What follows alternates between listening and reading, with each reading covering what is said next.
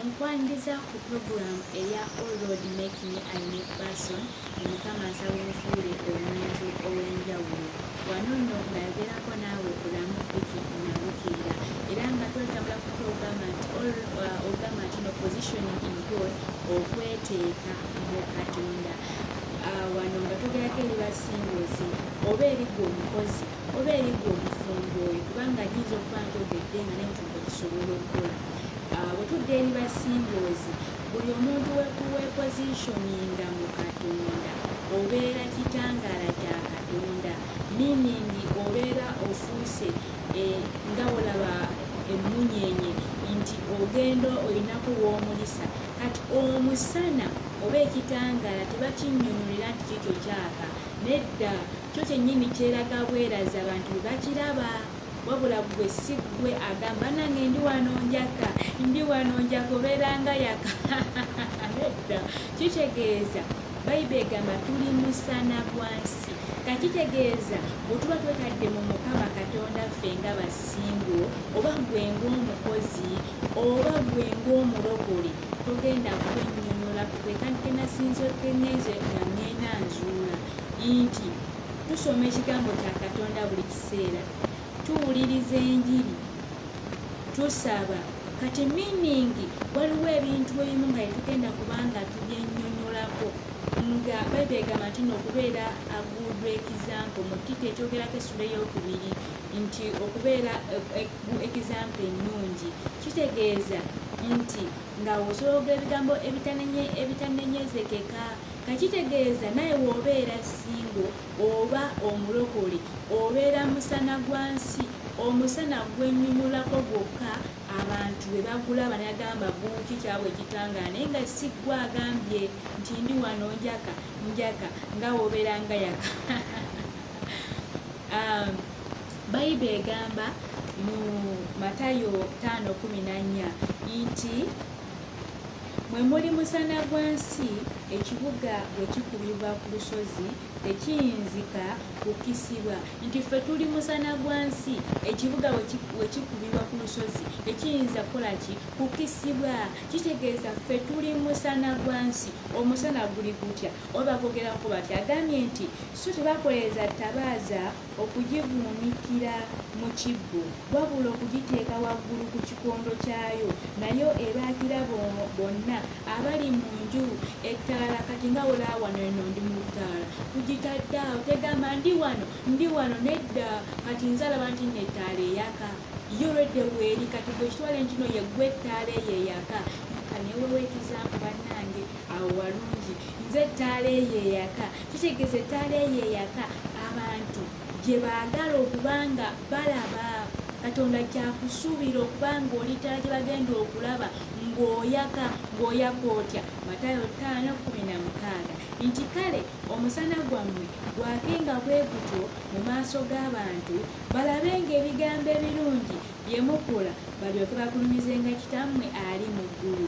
Bwe mba njogera n'ali singo, waliwo agenda okulaba ebigambo ebirungi, ebintu ebirungi by'okola, enneeyisa yo ennungi, okuweerezako ku Katonda, okwewaayoko, embala yo nga kwayinza osinziira okubeera nga agamba nti kanzikirize nti yes kangene n'omukyalo ono, oba naawe omwami kikakatako olw'ensonga obeera mutwe ng'oli ajagamba okusinziira buli omulabanga musabi kamukkirize, mulabanga okitegeera nga naye agenda kulaba kyekiri munda mu ggwe. Mukama yeebazibwe.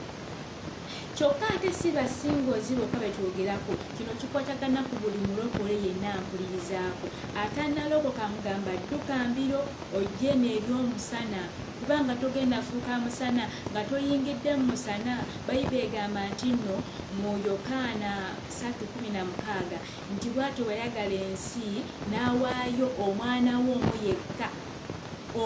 omu yekka, amukkiriza afune obulamu obutaggwaawo.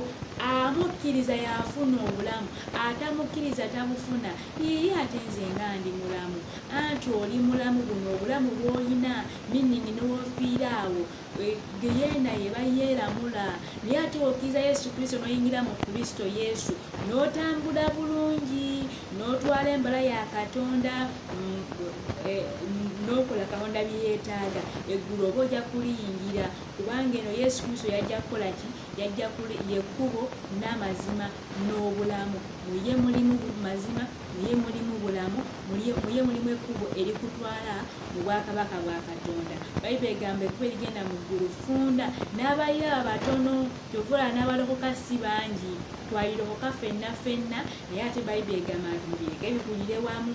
Kitegeeza waliwo eŋŋano ennungi n'eŋŋano embi, yonna ng'eri mu kyaki. Kati meaning ekkubo eryo baligendamu y'eŋŋano eyo ennungi, egenda okwefiiriza, egenda okuza omubiri gwayo, egenda okweresa, egenda okweggyako ebintu ebimu ng'erina bw'eyagala okusomoka. Mu bintu bya Katonda mulimu okwefiiriza, mulimu okuwaayo obulamu bwo, mulimu byolanga ebinyumaga wano n'aligenza onekubayo kali eri kasimukwata kasiro dansi mwabuyitanga butyo obuntu obwabwannemanga nabulaba nga tuli ku ssomero obwo nga tokyayinza kubukuba.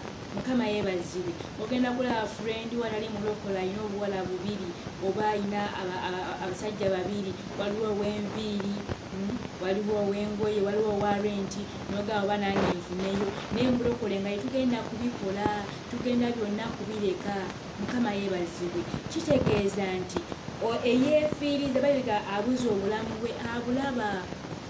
Singa oba n'omwagalwa banjogere ku musajja najja n'akwogereza nga musajja mutegeevu, nabako ebigabo byakugaba ne bikuyingiramu, owulira ng'akubuliddemu era otukeseera n'owulira nga ng'erinnya libiitinga mundamu gwe, ogamba ng'owulira mundamu gwe mulimu omuntu oyo ayingidde mundamu gwe. Kati ne Katonda ayagala tube nga ekimegera kuzikira, Katonda ayagala tube nga tuyingira muki? Mundamu ye. Kati muffe nga Katonda yavugiramu, kigambo kye kivugiramu, oba okitegeera. So kati mu byonna tubeere omusana gwa Katonda, tubeere omusana eri ensi, tubeere omusana eri famire zaffe, tubeere omusana eri mikwano gyaffe, tubeere omusana mu mayumba gano ge tulimu, tubeere omusana wonna we tuli, tutambule nga tuli beegendereza. Obaako ensobi gy'okoze weenenye, kisawo ekiri weenenye. Bayibuli egamba ate ayagala omutima okola ki? Ogumenyese. Njogedde mpakula ensonga nsigazaako 2%, tujja kwongezaako olunaku olulala mbe nga mbinnyonnyola bulungi, birungo tubiggyeyo bulungi. Si weewaawo mbadde mpawuka ate kati ennaku zino byakubaguza. So nkwebaza webale kungoberera kumpeera omukisa Mukama Katonda gubeere bulungi. Omusana gw'okola ki? Gwagenga ogwange n'ogugwo n'abafumbo bannange oyako eri omwami wo, kubanga Bayibuli obuweereza bwe mulimu buweereza, okitegeera mu buweereza bwe mulimu. Omwami ayaka eri mukyala we, n'omusajja ayaka eri mukyala we, n'omukazi ayaka eri omwami we. Mubeere bulungi, mweraba, si muyazikira.